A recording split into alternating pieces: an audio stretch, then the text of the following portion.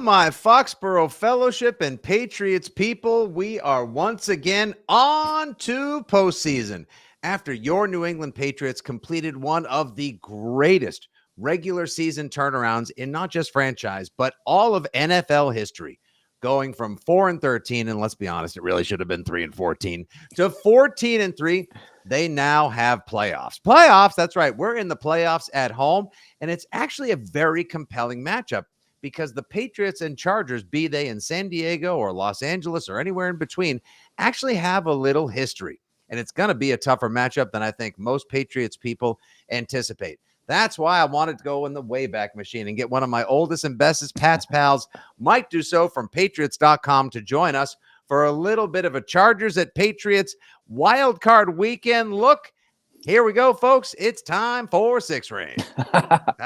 Hey, whatever it takes, man. It's all about winning, all right? Winning on three. 1, 2, 3, win! Celebrating the heroes of Foxborough's past. And with a good block. Look at Grover. All the way. Watch the block of number 73, John Hanna. The champions of the dynastic era. Adam Vinatieri booms a 48-yard field goal, and the Patriots are Super Bowl champions. The Patriots of tomorrow. We're going to remove entitlement from our football team. We're going to earn the right to be here every single day. And the fans whose faith never wavers. This is Six Rings and Football Things.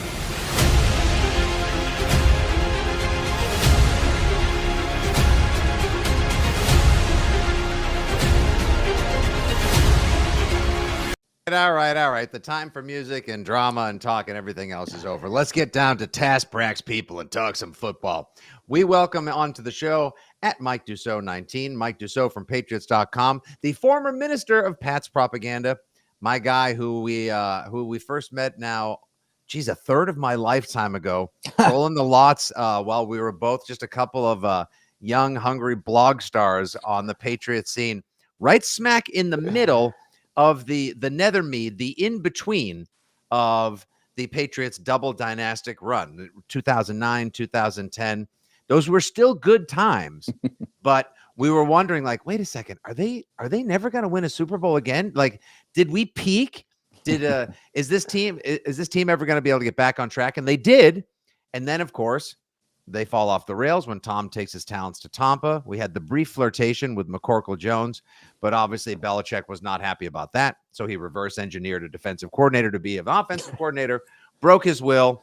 Turns out he's actually a decent quarterback. Long story short, Chad Ryland misses a kick. We get Drake May. We get rid of Gerard Mayo. Here's Mike Vrabel. And holy smokes, Deuce, the Patriots are 14-3. Before we get into any of the feelings about them being in the wild card round, the 2 seed, a whisker close to the 1 and the bye heading into the 2026 postseason, just like from inside the building and around the people that make the Patriots wheels move, how this season felt, how it resonated, and what a delight it must be to be Pats positive once again.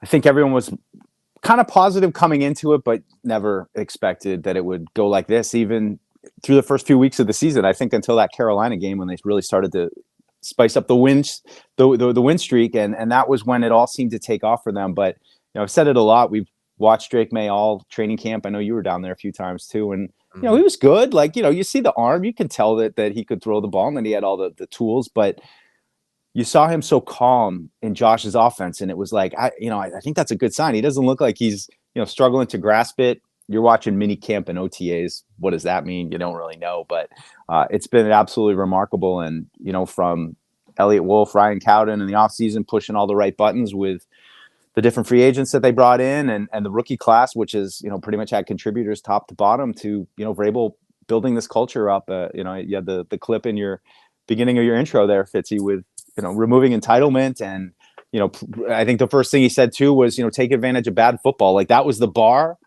that was set, and almost sort of like, you know what we're going to do? We're going to be the team that can kick the crap out of last year's team.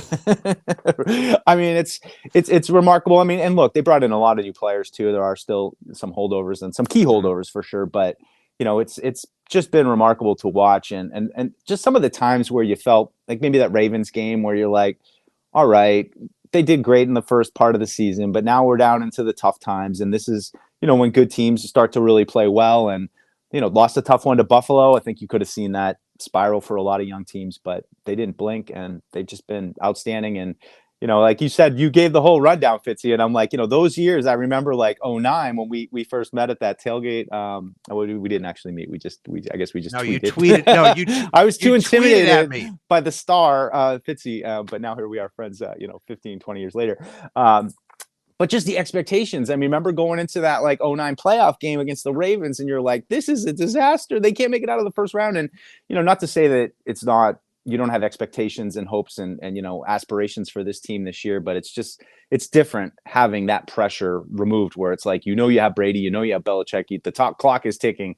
It's all refreshed and reset, and it's just really exciting. It's funny because living through the incredible days, and I heard this actually echoed a couple of times when I was back at Gillette for the first time this season, walking the lots, talking to all the good Pats fans of recent year, the longtime season ticket holders and such. One of the sentiments that was echoed was, the thing was, obviously we sucked for the last couple of years, and that was a tax that had to be paid. There was a new deal was being written with the devil after the old deal expired and Brady went to Tampa. So we had to, we had to stop at the suck station for a while, and that was fine. Makes it especially okay now that the Pats are good again.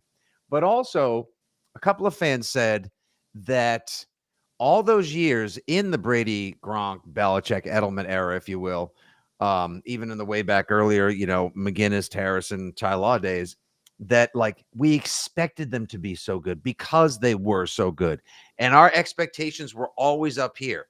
Even a regular season game that was close, let alone a loss, God forbid, even a postseason exit in the divisional round, like against the Jets, it felt like the end of our world. Mm-hmm. It really did. So coming into this season with zero expectations whatsoever, other than, well, I hope we're better than we were last year, and that we chart a course for success sometime in the future.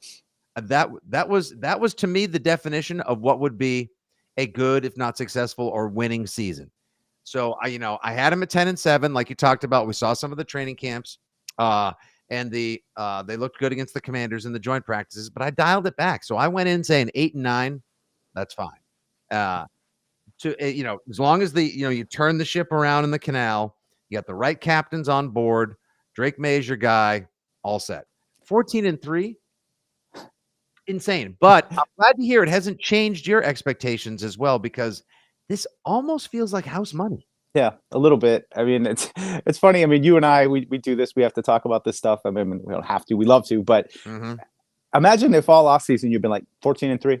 That's what they're going to do. And you were just stuck on that the whole time. You and Andy would have been killing each other the whole time. You'd be like, what? 14 rounds is crazy. But you're right. And it's just, we laughed about Taylor Kyle saying 13-4. Right. Now we owe him an apology. Right. You underestimated Taylor. You're wrong. Yeah. Nice call, Taylor. Right. Why did you? I mean, I was the same way. I was settled on 9-8. I'm like, everyone just, wants to know what's it going to be. And I'm just like, I believe in what they're doing. I'm just going to say they're going to have a winning record, and that should be, good enough. But expectations do rise. And when you've got an MVP candidate and you see what Drake May is capable of and how the running game is starting to really blossom right now. I mean, that was something all year. You're like, what are you going to do? Ramondre gets hurt. You don't have a lot of depth. And then Henderson was out for a little bit. And it felt like, man, if they don't run the ball, they're going to be in trouble. And now that's really come on. So I'm really, just encouraged with how they're finishing the season. And, now it's hard not to be like, come on, it's the Chargers. Let's go. Like, you mentioned them at past matchups. I mean, this is, a team they've seen before in the playoffs and had success against. Not that any of that matters at this point, but, once you slip back into that mode, though, you're like, all right, wild card weekend, time to shine. Yeah, these teams do have terrific postseason history as well. But Mike Vrabel trolling Sean Merriman by doing the lights out dance in January of 2007 in one of the greatest divisional round games ever. I was that there. Doesn't mean a whole hill of beans. You were at that game? Oh, that's right. You were living in LA at the time. Sick brag. Yeah. So, I mean, if for those who know me a little bit, go back, just Google, Pats Propaganda 2006 age. I wrote a whole account of it because it's a great story of how I got a single ticket to that game and, ended up sitting about 10 rows in back of the Patriots bench. And all the Chargers fans were talking crap the whole time. And I mean, as you guys know, you've seen that game. You know how it unfolded. It was a little dicey. But now to see that kind of come back up with Vrabel doing doing the lights out dance, and so I can't help it. It's one of my favorite. I would say that is up there, the top 2 favorite fan experiences I've had going to games. The other one I would say was with you in 2014, going to that Broncos game where we had a bunch of swag to give out in the parking lot, and then we went. And I think it was Peyton Manning's last time, at Gillette Stadium, and they blew doors, and Edelman returned a punt. Gronk had a one-handed catch, and that was awesome too. But no, it's hard not to think about, those games, the 2007 AFC Championship game with LaDainian Tomlinson sitting on the bench, Philip Rivers playing on a torn ACL. And then a couple of years ago, when the Chargers came in here and they were a really good team. And I think a lot of people thought that might be the team to knock the Patriots off that year, and they weren't. So good history between these two teams. I mean, and, we did see Justin Herbert here last year. Not that matters a lot, but that they played great last year. Curb stomping, and that's putting it nicely. Yeah. But then again, that team had checked out. That was the definition of 46 players, 46 different lifts or Ubers. They were directionless, rudderless, all of that jazz. And I felt like the Chargers kind of wanted to come in and play a little hardball, if you will. Now that there's only one of them coaching in the NFL, the curse of Deflategate shall come for all. Suck it, John Harbaugh. No, real quick, just one more broad view thought, and then want to get into the legitimate rivalry between the Pats and the Chargers postseason. Even though it feels like they're playing with house money right now, at the same time, I like to always go by the Marino principle, which is, Drake May's young. He'll win MVP again sometime. He's going to have a great career. Or don't worry about it. If he loses now, NBD, obviously he and Vrabel are proven they're on a path to success, and they'll have plenty more AFC championships and Super Bowl appearances. There is no guarantee. Dan Marino went to the Super Bowl his second season. He never made it past the conference final. Again, the rest of his incredible 15, 16-year career in the NFL is one of the greatest slingers of the football. So while it is house money, and it's like, hey, if they lose, okay, I still feel great about the season, and I'm really I'm super excited about what's to come.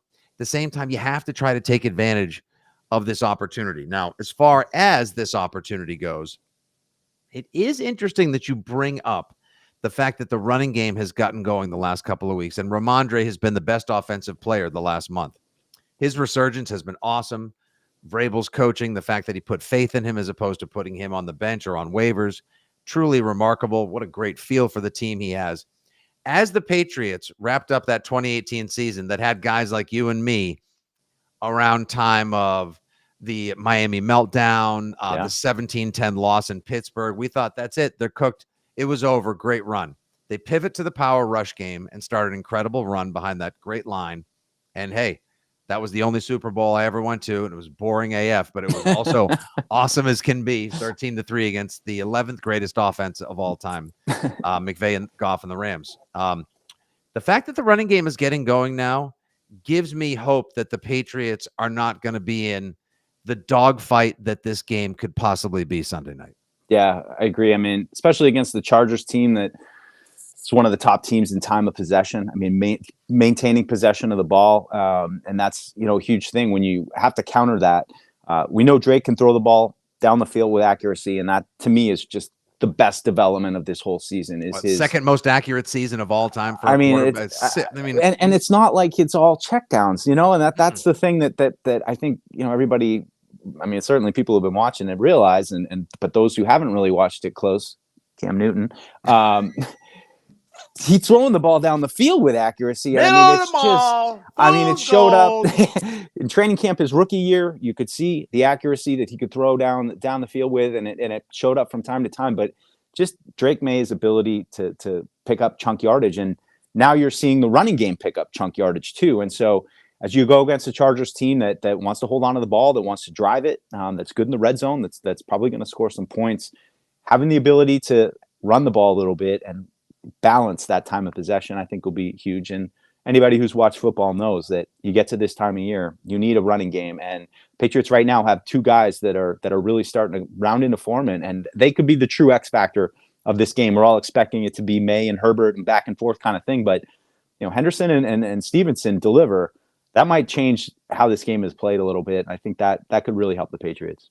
Yeah, first of all, Travion Henderson had such a slow start to after the 100-yard return on the first touch of the ball in the preseason, which Yeah. is insane. He kind of petered out for a while or hit a rookie wall, and he looked like he was thinking, and he was very timid up at the line. And part of me was wondering if he wasn't running that way because of the fumbling issue with Ramondre, so he was being extra ball secure. But then around mid-season, once he started ripping off some of those long touchdown runs, he became a factor and a force and a threat. And he ends his season not far off the kind of rookie campaign Jahmyr Gibbs had as well. So I don't think we're looking at our next Shane Vereen or our next James White. I think we are looking at something, or someone rather, like Josh McDaniels said, that the Patriots have never had in their offense before, and he's healthy and good to go. Now you compliment him with somebody like Ramondre, who is doing this incredible balancing act of showcasing like awesome pass protection, great between the tackles toughness, and mixing that with borderline elite speed and really soft hands in the passing game. I think that gives the Patriots the advantage that they're going to need for time of possession and to open up the passing game, be it in short yardage as you try to take advantage of the San Diego zone, the Chargers zone, whatever. But and keep the ball out of their hands as well.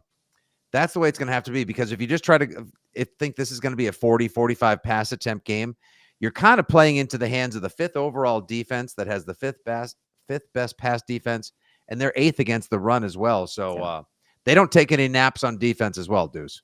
No, it's a really tough, fundamentally sound defense that is going to challenge the Patriots, and that's why I'd not just point to the explosiveness in the run game, but Marcus Jones's punt return. Special teams. Can you take advantage of those kind of scores as well?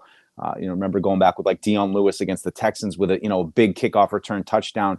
Those are the plays those are the plays. And I mean, one other thing I'd point out too in special teams is Dicker the kicker is pretty good too. So these games come down to kicks a lot. That's something to be aware of. But you're right. Stevenson's been playing all around football, and he's a mismatch in the passing game, and that's what you've seen over the last couple of weeks is Josh McDaniels' creativity, getting him lined up on linebackers, and Drake's fearlessness to push the ball down the field. So the offense is going to have to score points. They're going to have to possess the ball and score points. And I have a lot of respect for Justin Herbert and the kind of quarterback he is, and what he can do getting rolling. I mean, you just look through the season what he's done while he's basically been the most pressured quarterback in the league, just above Drake. I mean, both these guys have seen a lot of pressure. So it's going to be imperative that the offense has a good game, and I'd say from start to finish, as Vrabel says, no naps. Yeah, with the way that Whole Milk Harbaugh, a.k.a. Captain Khakis, plays football, if he had his healthy offensive line with those twin towers of Rashawn Slater and Joe Alt, I think a lot of us would probably be picking the Chargers in this game, and they may have very well won the AFC West. That's just he built a bully out in Los Angeles, and it didn't stay healthy for the season. They opened the year with that awesome win in Mexico where they looked so good against the Chiefs, and I felt vindicated, or validated at least, that I'd picked the Chargers to win the AFC West. Injuries get the best of them over the course of the year, but they still make the playoffs.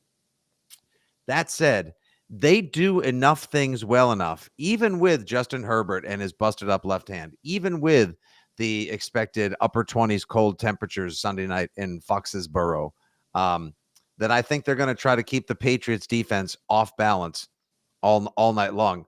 They have, we lost Deuce right there. Hopefully he'll be able to pop. Yeah, there he is. They do enough in the running game with Hampton and Kamani Vidal, and they've got a number of great pass catchers as well. Deuce, you good?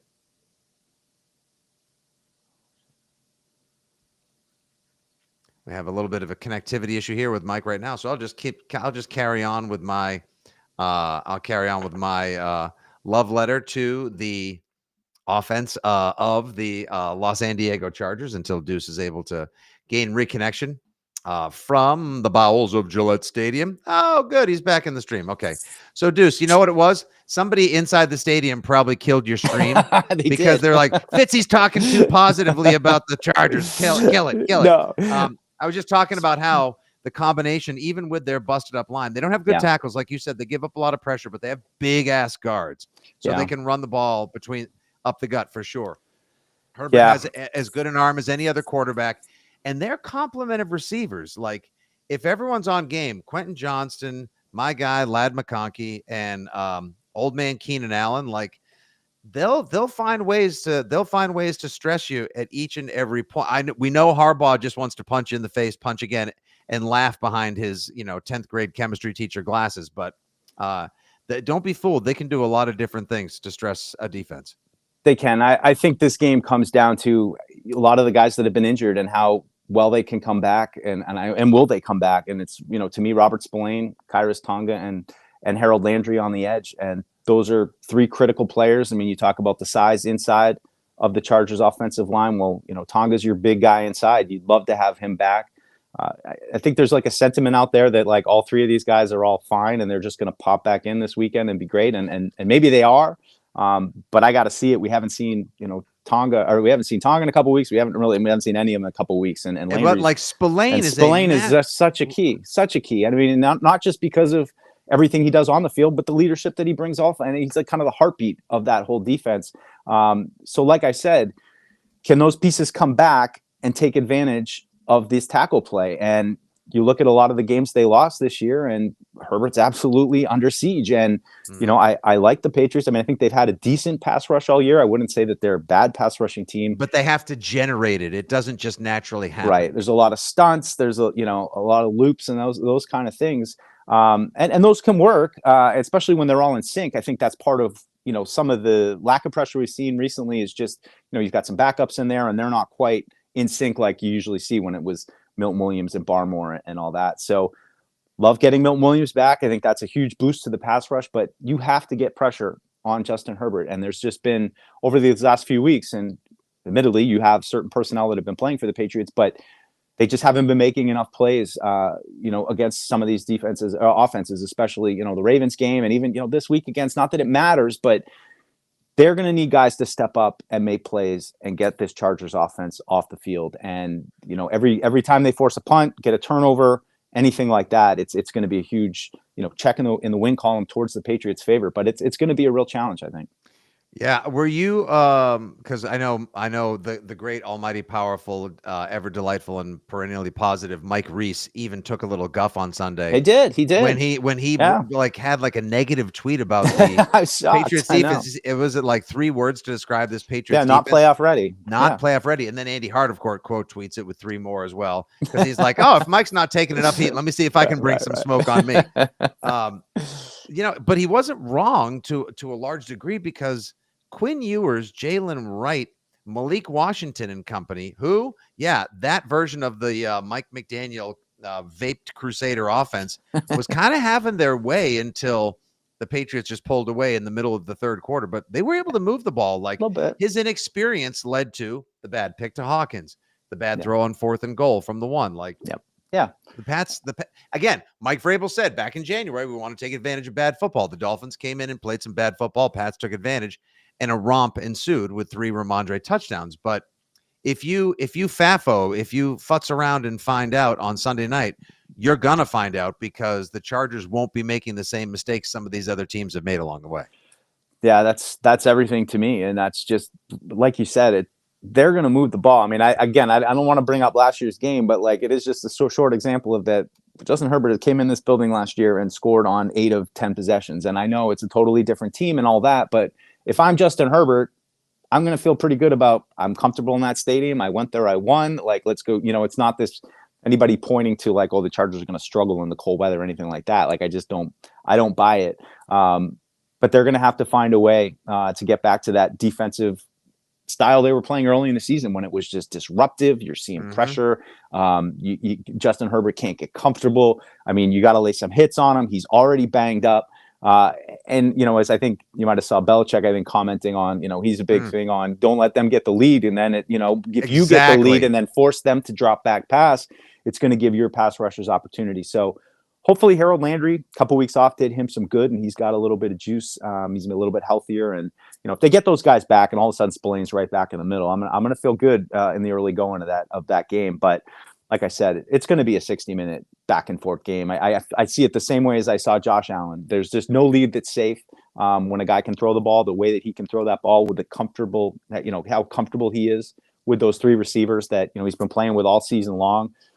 Goes way back with Keenan Allen. He's developed that same chemistry with Lab McConkey as well. So it's going to be a challenge. And every stop this Patriots defense gets, it'll be a little bit of celebration. And it's going to be it's another just like check in the box checked for the Patriots along the way to this incredible live-in renovation and rebuild that they've done. Is this game is not Saturday at 4:30. Nobody wants to watch a 10.5-point favorite on the road against. I mean, the Panthers are probably like, sorry, we apologize. We didn't want to be here. We don't belong here. Whatever. But you have, it could have been the Saturday night game that would have been fitting.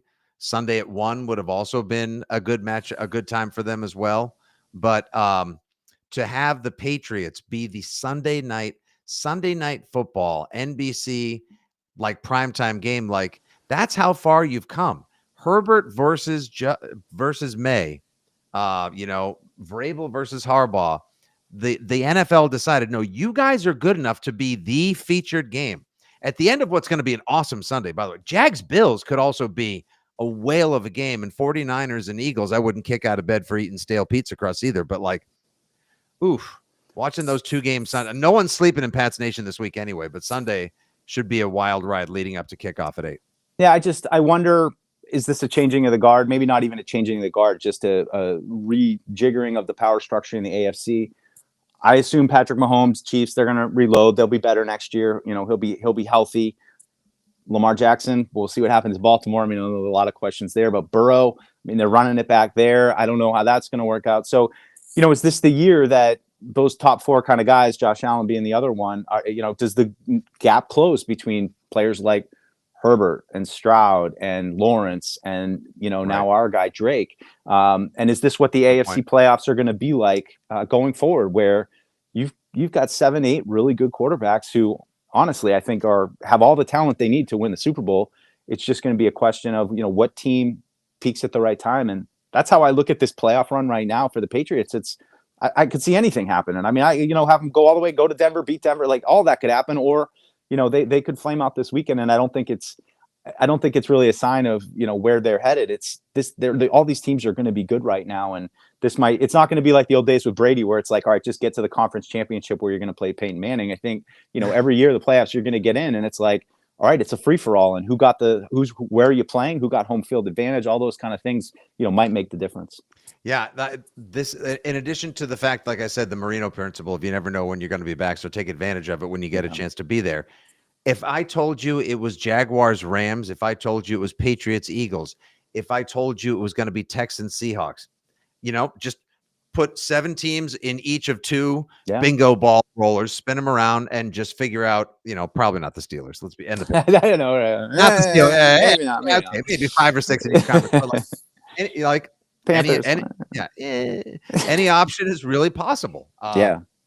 Especially look at the NFC West. It's like any one of those teams made it easily could win the Super Bowl, and I wouldn't blink if it was San Francisco, Seattle, or the Rams. Yeah, I know. All right, we'll get you out of here on this, Deuce. Your big key on either side of the ball, any primary. You don't have to give a prediction. It's early in the week still, but I appreciate that. I don't really even have mine either. So come on.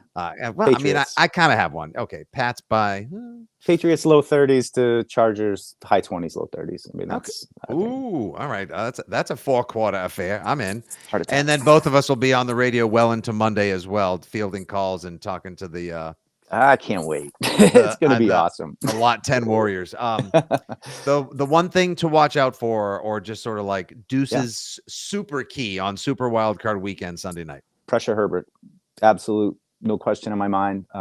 Look at the splits between how he is under pressure and how he is without pressure, and it's a clear line. And you have to be able to take advantage of those tackles. Even if it, put Milton Williams out there a little. I mean, I'm sure they'll be moving guys up and back, but if they don't pressure Justin Herbert, I think they're going to have a hard time keeping points off the board. So, they're going to make some plays, but ultimately get pressure early. Hope those hits start to add up. Don't let him see it. And I think that's the formula for me. I think Drake and the offense will score. I think they'll move the ball. It's just going to come down to, can the Patriots defense pitch a couple extra stops because they got pressure? Yeah, to me, it's all the basic tenets of just like like do your job, know your role, lane discipline, etc. But I think no naps, no turnovers. The team that turns the ball over Yeah, the least. that No, stuff. Yeah, all for that stuff. sure. Sure, you go into every single freaking football game. But to me, don't be afraid to get creative. Don't get too cute. Don't get like 13-yard flea flicker cute that Vrabel talks about on the radio and creates a non-controversy out of. I mean, like, just don't be afraid to get a little creative on offense to move the ball on them, knowing how tough and aggressive that defense is. Yeah. And like you said, move Milton Williams around. Maybe blitz Marcus Jones early if you think you can roll some quick coverage over to Keenan Allen or Ladd and get in his face, knock him off his spot, and let him know that you're not just going to sit back and hope they make a mistake, because that'll get you beat. Absolutely. That to me, the key is all on the defensive side of the ball for the Patriots. And I mean, honestly, it's going to start right from warmups. I mean, even get to today with the injury report. Mm-hmm. How active are Spillane, Tonga? Are those guys back out there? I'm hoping it's all hands on deck. I think that'd be an early boost for this Patriots team in the week that would feed directly into that key come Sunday. All right. It has been an absolute blast for me, and hopefully for you. Be you a live participant during the WEEI and Fitzy GFY live stream here on Six Rings, or if you subscribe on Apple Pod, Spotify, listen on the Odyssey app and beyond. Have it on my oldest Pat's pal, Deuce, Mike Dussault from Patriots.com. Give him a follow at Mike Dussault 19. Of course, you can hear him on Patriots Unfiltered during the week and on the post-game show Sunday night at Patriots.com, and read his musings on that website. You know where to find me. The EI Afternoons. New Shit Pats Fans Say coming out in a couple of days. We'll have a new NFL Fans Order Drinks Nice. Playoff Edition 20. Yeah, we're grinding, man. This is the time. Take advantage. This is work extra hard. Like, do the extra prep. Take advantage and enjoy the time. And, of course, Hart and I will be on immediately after the game Sunday from 11 p to 2 a to take your calls on the Six Rings post-game show. For Deuce, everyone that cut his internet at the stadium, for everyone that's going to be there Sunday night, cheering on your favorite football team. Thanks for listening and watching Six Rings and Football Things. We'll be back with more pods this week, getting you pumped, primed, and ready for the biggest game in a long time at the Razor. We'll talk to you soon. Take care. Good.